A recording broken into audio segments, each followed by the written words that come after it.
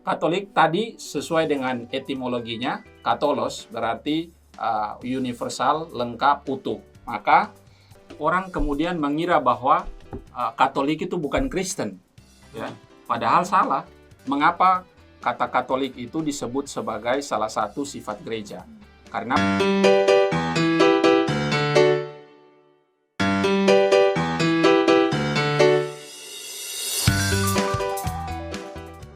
Halo Sobat Muda. Kembali lagi di Skakmat, serial Katekese Katolik untuk umat. Kita lagi di episode 9 bersama saya Aurora Kisya dari Paroki Santo Ales Gonzaga dan rekan saya Antonis Daniel dari Paroki Hati Kudus Yesus Surabaya. Dan kita sedang bersama Romo Sandro dari Paroki Santo Ales Gonzaga. Sapa semuanya. halo. Nah, Romo, terima kasih sudah menyempatkan waktunya untuk di sini. Kita ada beberapa pertanyaan, Romo. Oke, Nah, apa tuh? kita sebelumnya sudah membahas sifat gereja dengan Romo Elva mengenai satu dan kudus. Nah, kita akan membahas sifat gereja yang ketiga bersama Romo Sandro. Nah, Romo, nama Katolik ini loh, artinya itu apa? Apa arti nama Katolik? Oke, arti Katolik itu sendiri itu bisa kita temukan dalam kitab suci. Itu terlebih dalam Kisah Para Rasul bab 9 ayat 31. Saya baca aja ya. Oh iya. Nah, selama beberapa waktu jemaat di seluruh Yudea, Galilea dan Samaria berada dalam keadaan damai dan seterusnya. Nah, kalau kita merujuk pada bahasa aslinya, itu bahasa Yunani, itu ditulis Ecclesia Katolos. Oh iya, pernah dengar itu. Pernah dengar ya? Ecclesia Katolos. Ecclesia itu berarti gereja atau jemaatku. Sedangkan Katolos itu berarti universal atau lengkap atau utuh. Nah, gitu.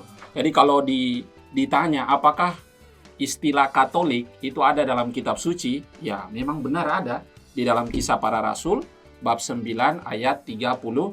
Silakan dibaca, teman-teman. Tetapi istilah Katolik itu sendiri itu baru pertama kali digunakan itu pada tahun 107 oleh Santo Ignatius dari Antioquia. Nah, dari situlah maka istilah Katolik itu digunakan sebagai bilanglah untuk membedakan antara gereja yang didirikan oleh Kristus dengan para heretik. Heretik itu maksudnya ada orang-orang atau sekte-sekte yang tidak mengakui akan kealahan Kristus. Jadi Kristus itu mempunyai dua kodrat kan? Ada kodrat ilahi dan kodrat manusia. Dia itu adalah 100% Allah dan 100% manusia. Nah, para heretik itu hanya mengakui tentang kealahan Kristus saja gitu, tanpa mengakui tentang kemanusiaan dia gitu. Maka Ignatius dari Antioquia itu menggunakan kata Katolik untuk membedakan gereja yang didirikan oleh Kristus dengan para heretik. Nah, itu sejarahnya. Dan kalau ditarik lagi terminologi ini untuk dipahami apa sih makna dari Katolik itu sendiri. Nah, Katolik tadi sesuai dengan etimologinya, katolos berarti universal, lengkap, utuh. Maka di dalam gereja Katolik itu meyakini sungguh bahwa kita itu hidup dalam persekutuan gereja yang universal.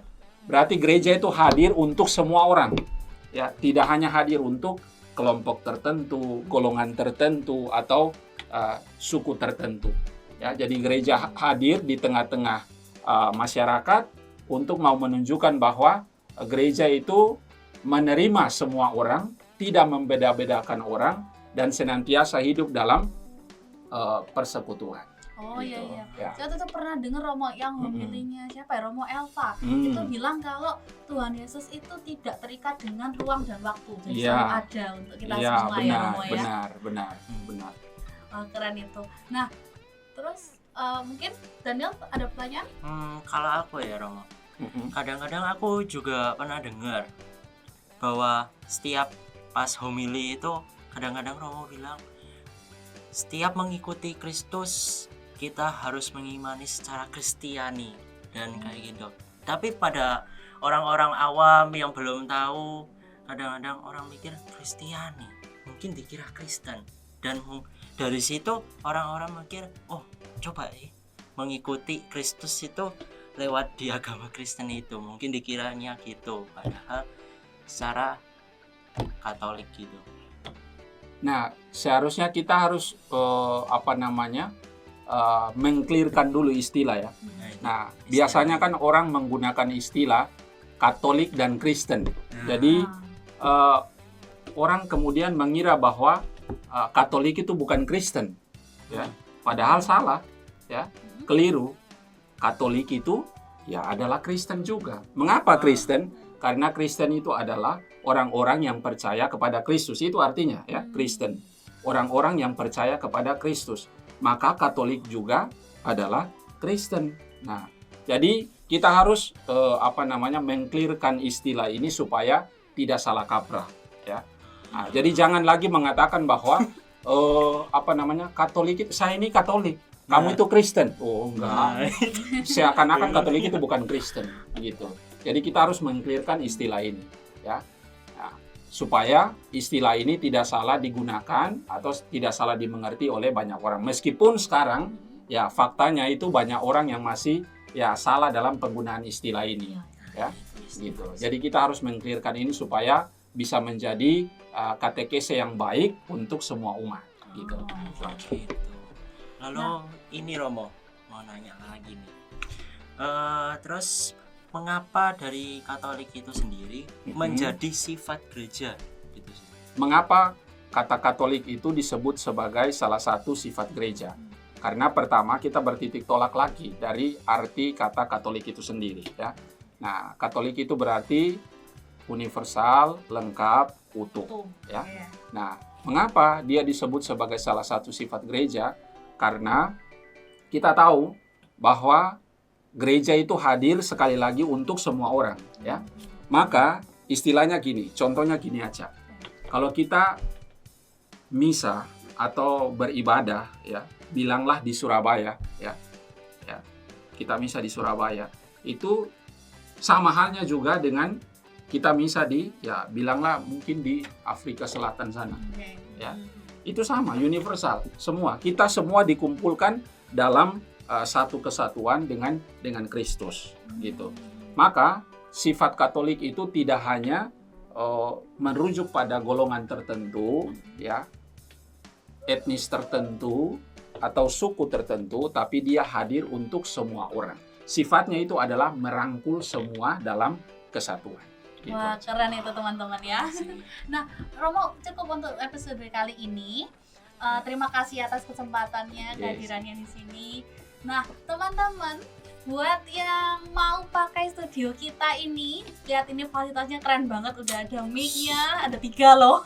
Jadi bisa nih bertiga nih. Bisa lebih juga. Waduh, apa ada ya? Ada. Oh, ada. Sampai 5. Oke, nanti tinggal cari Daniel ya. Tolong dicatat. Nah, jadi buat yang mau bergabung dengan kita, yang mau pakai studio kita, langsung hubungi nomor di bawah ini ya.